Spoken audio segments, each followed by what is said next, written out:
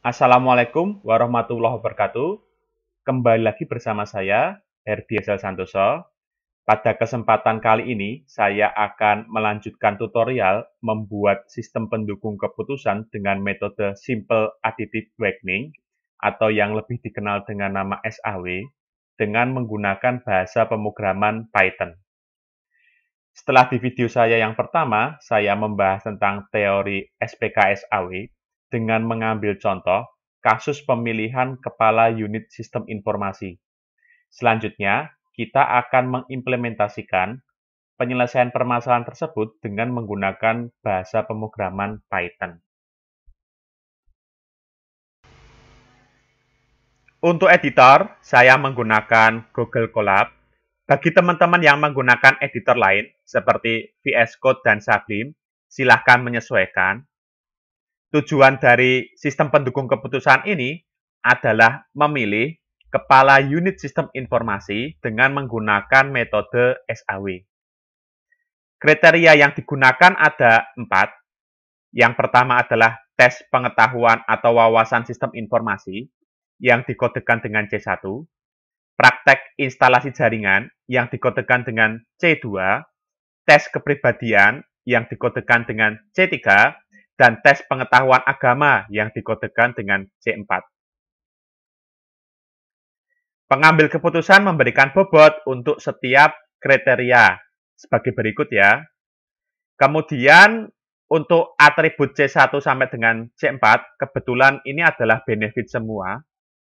Selanjutnya, ada 6 orang karyawan yang menjadi kandidat atau alternatif.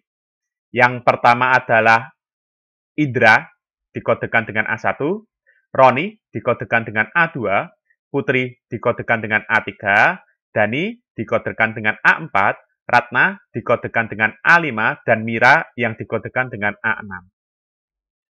Selanjutnya, hasil tes karyawan disajikan dalam tabel berikut ini.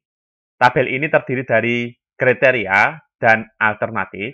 Kemudian ada nilai rating kinerja yang merupakan hasil tes dari masing-masing karyawan untuk setiap kriteria. Langkah implementasi dengan menggunakan bahasa Python. Yang pertama, kita harus merepresentasikan dulu kriteria, alternatif, atribut, dan bobot ke dalam bentuk tipe data dinamis yang nantinya tidak menghilangkan informasi alternatif dan kriterianya. Di Python, itu terdapat bermacam-macam tipe data dinamis. Ada list, ada tuple, ada set, ada dictionary. Nah, Python menyediakan tipe data dictionary untuk menyimpan kumpulan data atau nilai dengan pendekatan key value. Nah, key nanti bisa diisi dengan alternatif, kemudian bisa diisi dengan nama kriteria, bisa diisi dengan atribut bobotnya. Itu. Sedangkan value nanti bisa dihitung dengan nilai dari rating kinerja, bisa diisi dengan nilai dari rating kinerja, bisa diisi dengan nilai dari bobot, dan bisa diisi dengan atribut dari setiap kriteria, cost atau benefitnya. Nah, dengan tipe data dictionary ini nanti, kita tidak menghilangkan informasi-informasi yang diperlukan. Langkah kedua, setelah kita merepresentasikan data ke dalam tipe data dinamis yang berbentuk dictionary, selanjutnya kita cari nilai maksimum dan minimum untuk setiap kriteria berdasarkan atributnya. Nilai maksimum dan minimum tersebut nantinya bisa kita gunakan untuk melakukan normalisasi. Kita ketahui bahwa normalisasi untuk atribut yang bertipe benefit dan untuk atribut yang bertipe cost itu berbeda ya kalau di SAW. Langkah keempat, kita menghitung normalisasi seperti ini. Selanjutnya kita menghitung vektor V, dan yang terakhir adalah kita melakukan rankingan. Representasi kriteria, alternatif, atribut, dan bobot ke dalam tipe data dictionary adalah sebagai berikut ini. Saya menggunakan dua variabel bertipe dictionary. Yang pertama adalah variabel data yang saya gunakan untuk menyimpan informasi yang berkaitan dengan alternatif beserta nilai rating kinerja untuk setiap kriteria. Untuk K-nya berisi nama-nama kriteria, dan untuk value-nya bertipe dictionary juga untuk menyimpan informasi nilai rating kinerja berdasarkan kriterianya. Jadi, untuk sub dictionary terdiri dari K dan value. K-nya adalah kriteria dan value-nya adalah nilai rating kinerja. Variabel kedua, saya beri nama kriteria. Saya gunakan untuk menyimpan informasi kriteria beserta bobot dan atributnya. Ini juga bertipe dictionary, jadi ada dictionary di dalam sebuah dictionary.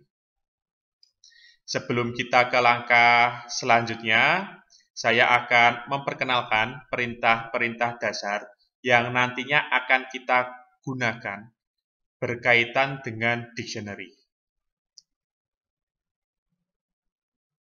Untuk mencetak isi dictionary, dapat menggunakan perintah print, kemudian diikuti dengan nama dictionary.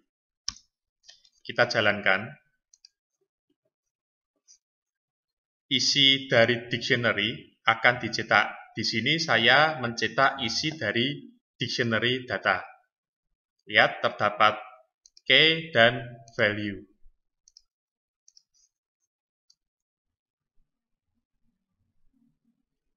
Untuk mencetak isi dictionary dari K Indra atau datanya Indra, bisa menggunakan perintah print, diikuti nama dictionary. Gunakan kurung siku, dan sebutkan nama K-nya, Indra. Kita jalankan.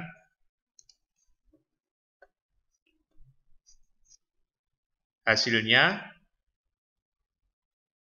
nilai atau value dari Indra yang bertipe dictionary akan dicetak.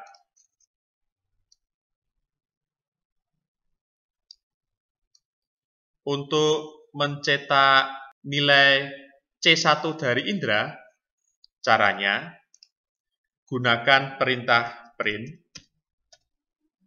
diikuti nama dictionary, data, gunakan kurung siku, diikuti nama K-nya, Indra.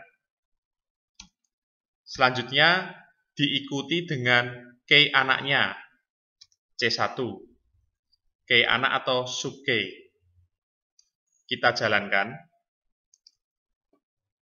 Kalau dilihat di sini, nilai C1-nya Indra adalah 70 ya. Kita lihat output atau hasilnya.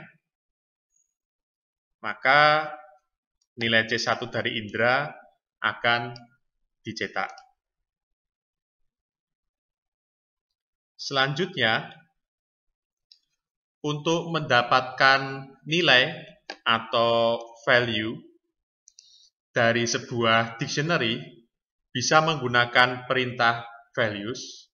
Misalkan kita ingin menampilkan value dari dictionary data. Ini ya, value-nya berarti ini. Kita ingin tampilkan value-value ini. Caranya, ketikkan perintah print, kemudian diikuti nama dictionary-nya, tambahkan titik, kemudian pilih values. Kita jalankan, maka nilai atau value dari dictionary data akan ditampilkan. Bagaimana jika kita ingin menampilkan key-nya atau menampilkan kuncinya? Kuncinya kalau dictionary data berarti kan nama-nama alternatifnya ya, Indra, Roni, Putri, Dani, Ratna, Mira. Caranya, gunakan perintah print, sebutkan nama dictionary-nya, kemudian diikuti perintah case. Kita cetak. Hasilnya, nama-nama key atau kunci dari dictionary data akan dicetak. Nama-nama ini berisi nama alternatifnya. Selanjutnya, bagaimana kalau kita ingin mencari nilai maksimal dari datanya Indra? Kita bisa menggunakan perintah max. Kalau kita lihat datanya ya, ini, kita lihat data Indra, nilai maksimum itu kan berada di key atau kriteria 3 ya ini ya, di C3. Ini. Key-nya namanya C3, nilainya adalah 80. Caranya, saya buat variabel dulu. Namanya adalah max Indra. Variabel ini digunakan untuk menampung nilai maksimal dari Indra. Selanjutnya, kita dapatkan nilai atau value dari datanya Indra. Ingat, kita gunakan kurung siku, sebutkan key-nya Indra, diikuti dengan titik, kemudian pilih values.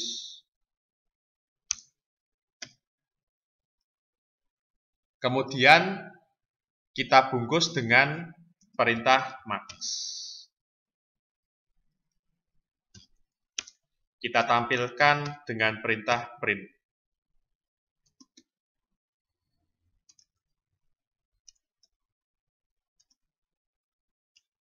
Kita jalankan.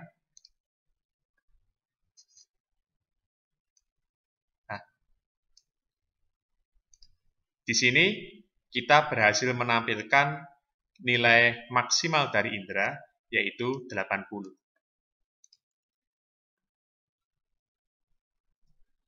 Selanjutnya, bagaimana kalau kita ingin menampilkan nilai minimal dari datanya Roni? Kita bisa menggunakan perintah min.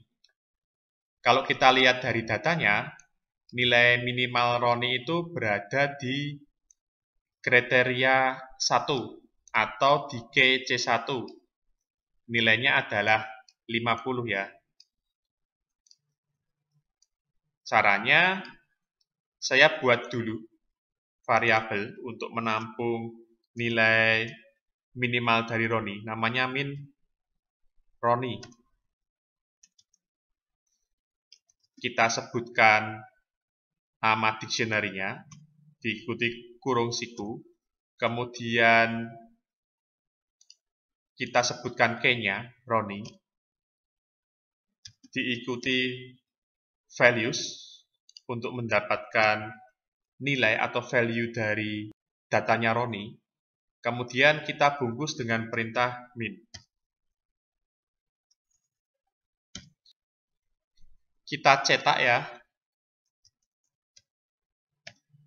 variabel min Roni. Kita jalankan. Nah, kita akan mendapatkan nilai minimal dari Roni. Tetapi, kalau di SAW, nilai maksimum dan minimum itu dihitung bukan horizontal ya. Bukan nilai max dan min dari setiap alternatif, tetapi dihitung secara vertikal. Jadi, nilai max dan min untuk setiap kriteria. Bagaimana caranya untuk mendapatkan nilai max dan min untuk setiap kriteria?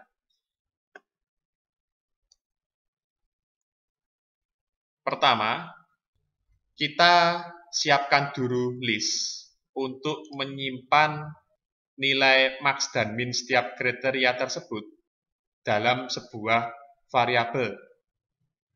Kemudian, kita bisa gunakan perulangan untuk mendapatkan nilai atau value-nya. Kalau kita lihat, nilai kriteria ini kan selalu tetap ya ini. Kalau misalkan C1 ya C1 semua, C2 ya C2 semua gitu ya. Nah, yang berubah itu kan nilai alternatifnya ini, atau K-nya. Jadi, yang akan kita looping atau lakukan perulangan adalah nama alternatifnya, atau K-nya. Nah, bagaimana caranya? Pertama-tama, saya akan membuat list untuk menyimpan nama-nama alternatifnya. Nah, saya gunakan bantuan perintah case. Saya buat variabel bertipe list ya. Ini saya gunakan untuk menyimpan nama-nama alternatif. Coba sekarang kita print dulu.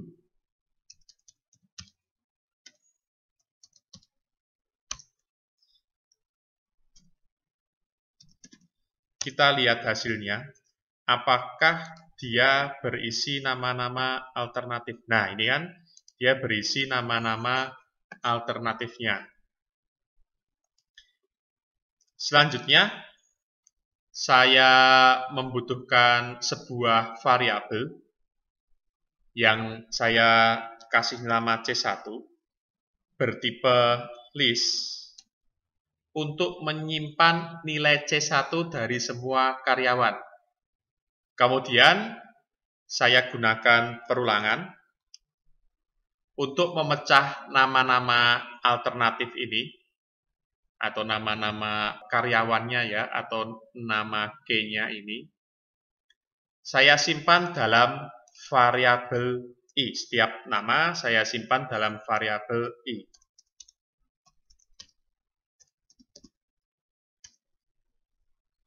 Nah, selanjutnya saya cetak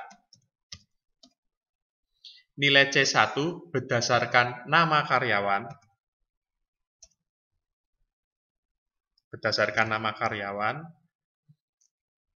dan kriterianya.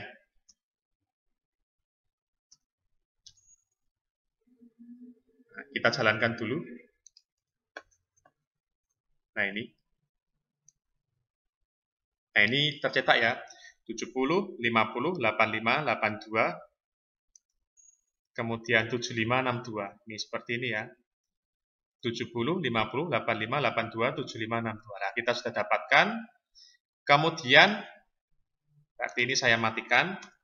Saya simpan atau saya append dalam variabel C1 yang bertipe list tadi.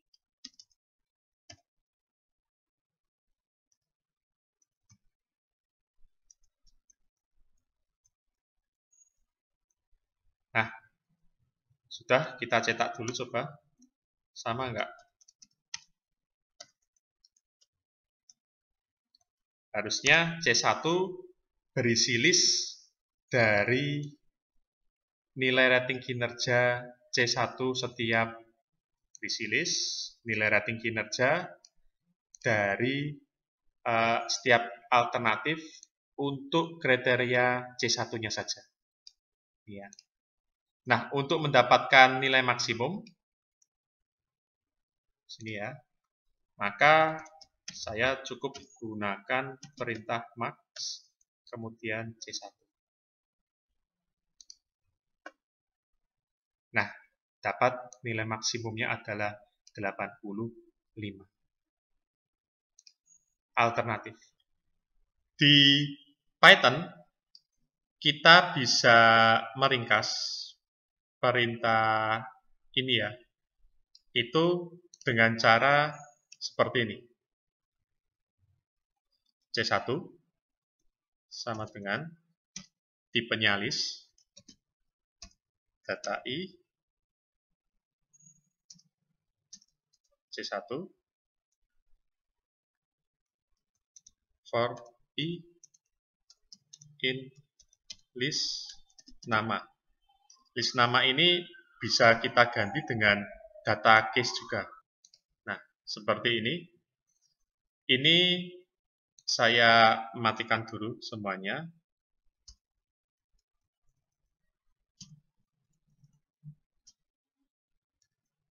Kita print, kita langsung tampilkan saja nilai max-nya.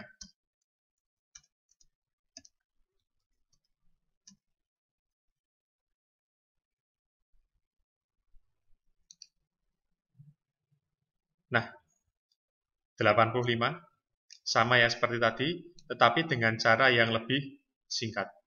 Dengan cara yang sama, kita bisa dapatkan bobot dari setiap kriteria. Caranya sama, tetapi yang kita sebutkan adalah dictionary kriteria, diikuti dengan key, kemudian yang ingin kita tampilkan adalah bobotnya. Kita simpan setiap key dari C1, C2, C3 itu ke dalam variabel key. Kriteria .case. Nah, kita tampilkan bobotnya.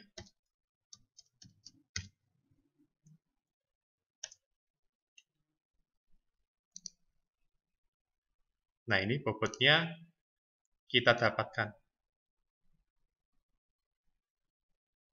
Ini ya, bobotnya 0,35, 0,25, 0,25, 0,15. Nah, ini sama ya.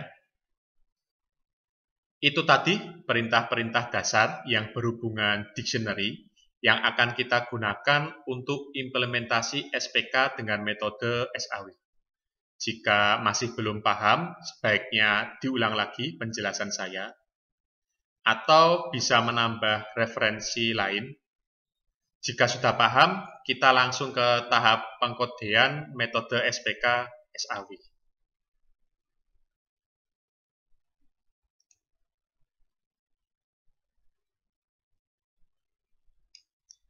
Ini adalah transformasi dari data kriteria, alternatif, bobot, dan atribut ke dalam tipe data dictionary.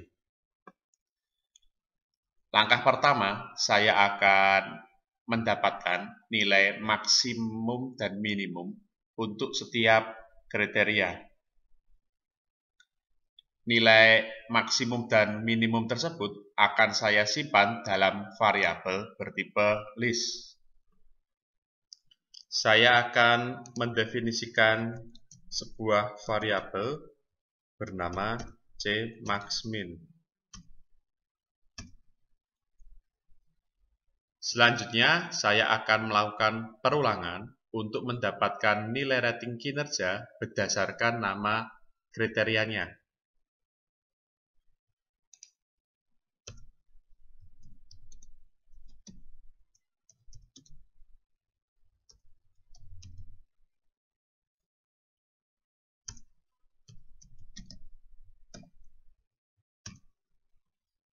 Nama-nama kriteria tersebut saya dapatkan dari dictionary kriteria, kemudian saya simpan dalam variabel K. Selanjutnya, saya akan mendapatkan nilai rating kinerja dari Indra hingga Mira dengan bantuan K ini tadi. Caranya seperti ini, seperti yang sudah saya jelaskan sebelumnya. Mari kita praktekkan.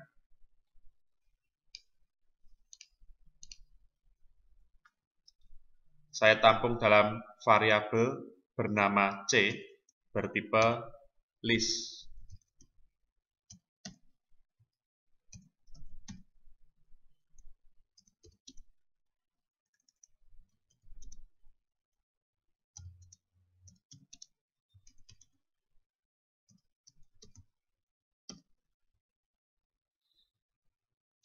K ini akan berisi nama-nama kriteria, sedangkan I ini akan berisi nama-nama alternatif yang saya dapatkan dari dictionary data. Kemudian kita periksa apakah atribut dari kriteria itu bertipe benefit atau cost.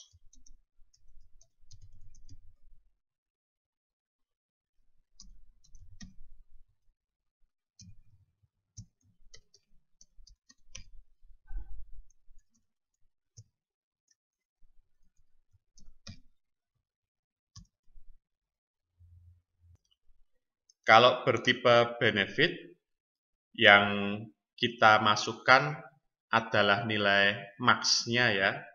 Kita masukkan atau kita append dalam variabel cmaxmin.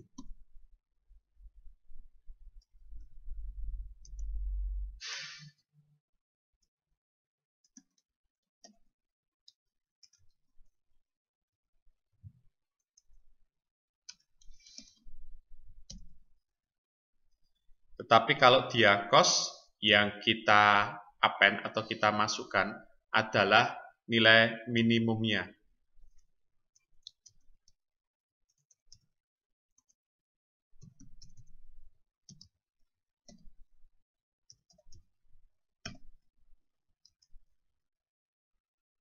Seperti ini. Kemudian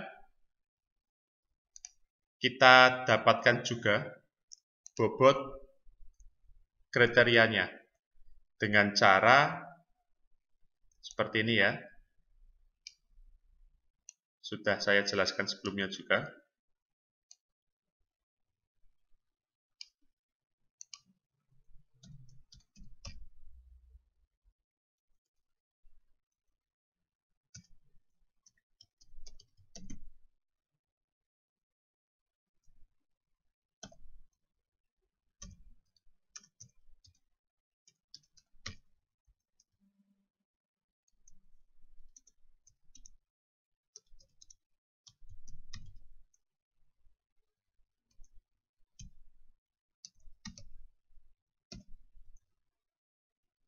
Nah, kita sudah dapatkan nilai maksimum atau minimumnya, kita juga sudah dapatkan bobot kriterianya. Kita masuk ke langkah untuk melakukan perhitungan dengan metode SAW.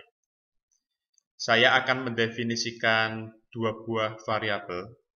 Variabel pertama saya beri nama noms, bertipe data list. Ini berfungsi untuk menyimpan seluruh matriks normalisasi. Variabel kedua saya beri nama v, bertipe data list juga. Ini untuk menyimpan hasil dari perhitungan vektor v. Nah, kita ke langkah untuk mendapatkan atribut kriteria. Untuk mendapatkan atribut kriteria, saya akan melakukan perulangan. Perulangan itu untuk mendapatkan value atau nilai dari seluruh rating kinerja.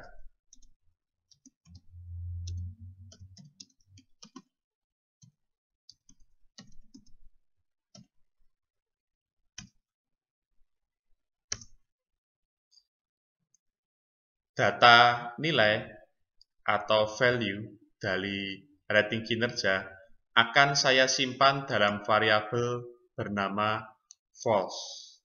False ini nanti akan berisi data-data ini, nilai atau value dari rating kinerja untuk setiap alternatif. Kemudian saya definisikan variabel lagi bernama norm. Ini untuk menyimpan hasil dari normalisasi, tetapi untuk setiap alternatif. Kemudian saya definisikan variabel i bertipe integer ya. Saya inisiasikan nilai awalnya 0. Kemudian atribut vn. Saya inisiasikan nilai awalnya adalah 0. Kemudian untuk mendapatkan atribut kriteria, saya juga gunakan perulangan lagi.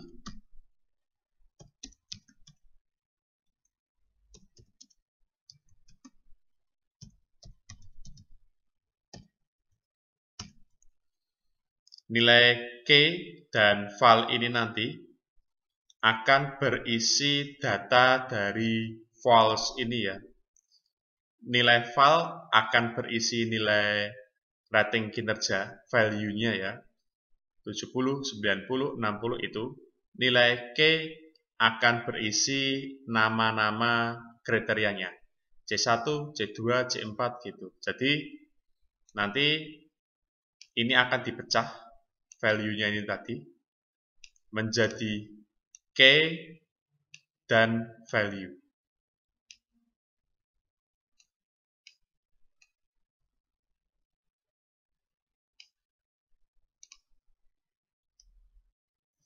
Kita cek dulu apakah atribut tersebut bernilai benefit atau cost.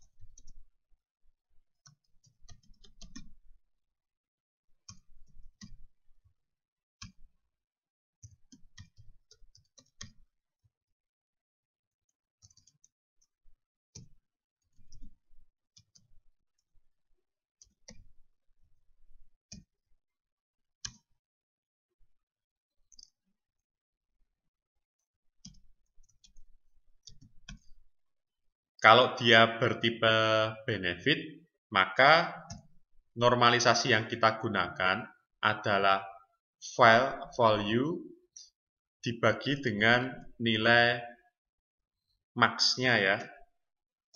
Nilai max-nya tadi kan kita sudah tampung dalam variabel cmaxmin.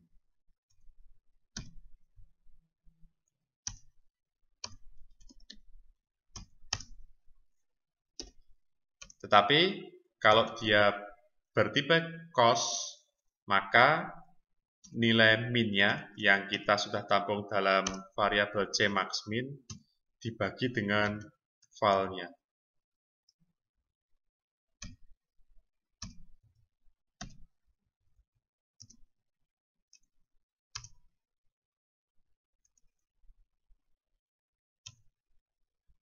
Di sini K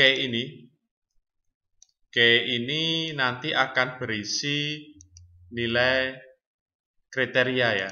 Jadi ini nanti akan berisi kriteria C1, C2, C3, dan seterusnya.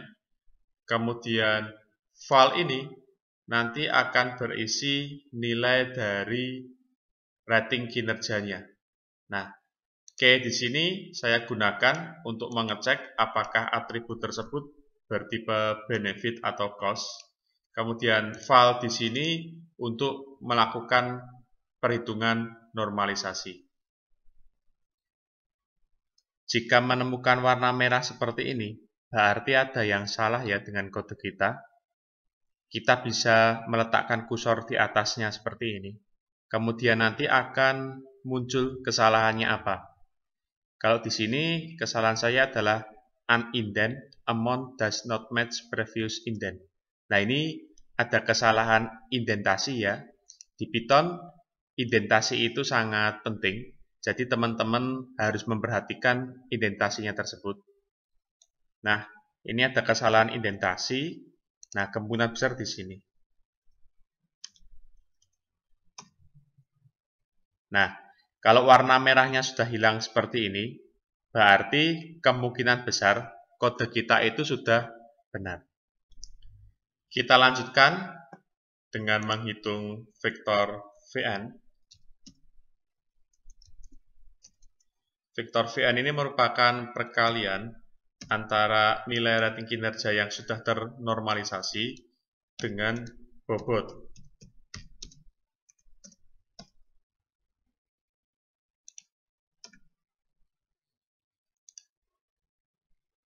Kemudian kita simpan hasil normalisasi dari nilai rating kinerja ke dalam variabel norm.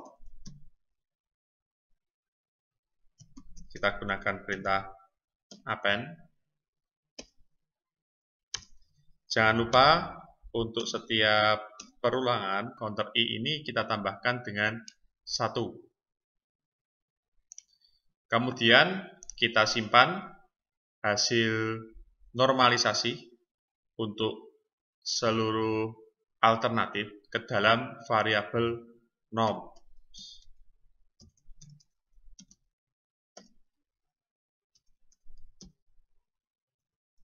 Kita simpan nilai vektor Vn ini ke dalam variabel V.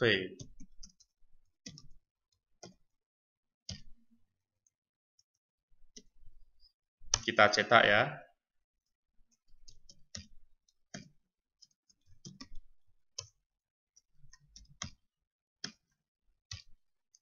Norms ini nanti akan berisi normalisasi untuk seluruh alternatif, dan V ini nanti akan berisi nilai dari vektor V. Kita jalankan. Hasilnya seperti ini ya. Ini sama dengan hasil perhitungan manual. Jadi rumus kita sudah benar ini. Langkah selanjutnya adalah perankingan ya. Yang tersimpan di dalam variabel V ini hanya nilai vektor V-nya saja. Belum ada informasi nama alternatifnya. Jadi kita akan tampilkan secara berpasangan nama beserta nilai vektor V-nya, dan kemudian nanti akan diurutkan. Nah, untuk itu saya membutuhkan sebuah dictionary. Saya beri nama rank bertipe data dictionary. Ini untuk menyimpan hasil dari rankingan. Dan saya membutuhkan sebuah variabel lagi, i, variabel counter ya. Ini nanti saya gunakan untuk menandai indeks dari vektor V tersebut. Nah, indeksnya kan dimulai dari 0, makanya saya inisiasikan i-nya ini dimulai dari 0. Saya lakukan perulangan.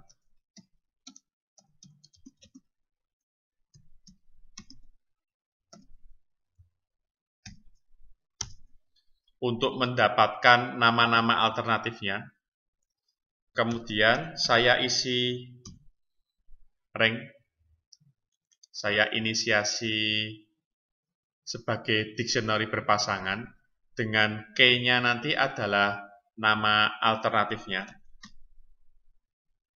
Nama alternatifnya kan sudah saya simpan dalam variabel key ya. Kemudian nilai dari vektor V-nya tadi. seperti ini. Jangan lupa counternya ditambahkan dengan 1. Coba kita cetak.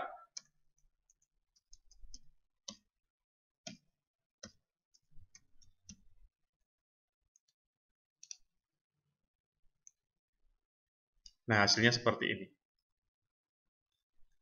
Dia berpasangan, K-nya adalah nama alternatif, dan value-nya adalah nilai dari vektor V-nya tadi. Kemudian, terakhir ini, kita lakukan perankingan ya. Rankingan untuk mengurutkan hasil dari perhitungan kita ini dalam sebuah bentuk list yang berisi pasangan antara alternatif dan nilai dari vektor V-nya, tetapi sudah terurut dari besar ke yang kecil. Saya simpan hasil pengurutannya itu dalam variabel bernama sortRank. Saya gunakan perintah Python sort, ya, list, dan di dalamnya ada tuple yang berisi value dari vektor V-nya tadi, kemudian ada K, K-nya adalah nama-nama alternatifnya ini.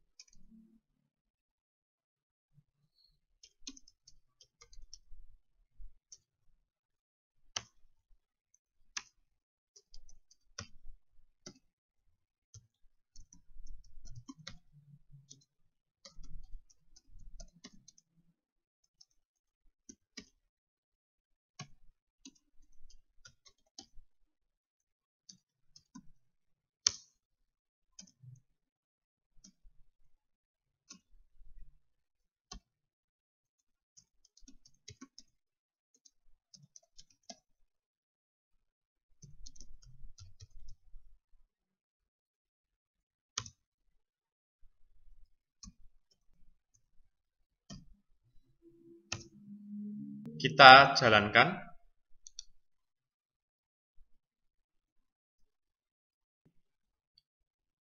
Ini hasil perhitungan dengan metode SAW.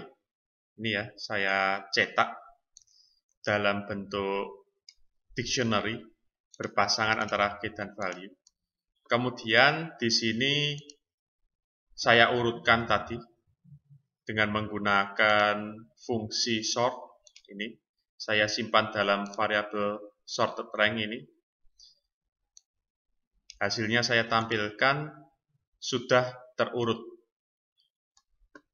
dalam bentuk sebuah list. Kemudian di dalamnya list tersebut terdapat tuple berpasangan ya, antara nilai dari vektor V-nya, kemudian nilai dari alternatifnya. Di sini kesimpulannya kandidat terpilih adalah Ratna dengan nilai 0,93 sekian ini. Ini saya ambil dari variabel sortRank ini. Dia kan ranking terbesar itu pasti di indeks list ke-0 ya. Kemudian indeks list ke-0 itu untuk 00 itu adalah nilainya. Ini ya, 00 adalah nilainya. Kemudian 01 adalah namanya. Nah, ini merupakan implementasi metode SAW dengan bahasa pemrograman Python. Saya harap teman-teman bisa memahami. Kalau mungkin kurang paham, bisa diulang penjelasan saya. Kalau misalkan butuh referensi lain, monggo silahkan cari video dasar-dasar Python terlebih dahulu. Kita akan ketemu di video saya selanjutnya membahas tentang sistem pendukung keputusan. Terima kasih. Wassalamualaikum warahmatullahi wabarakatuh.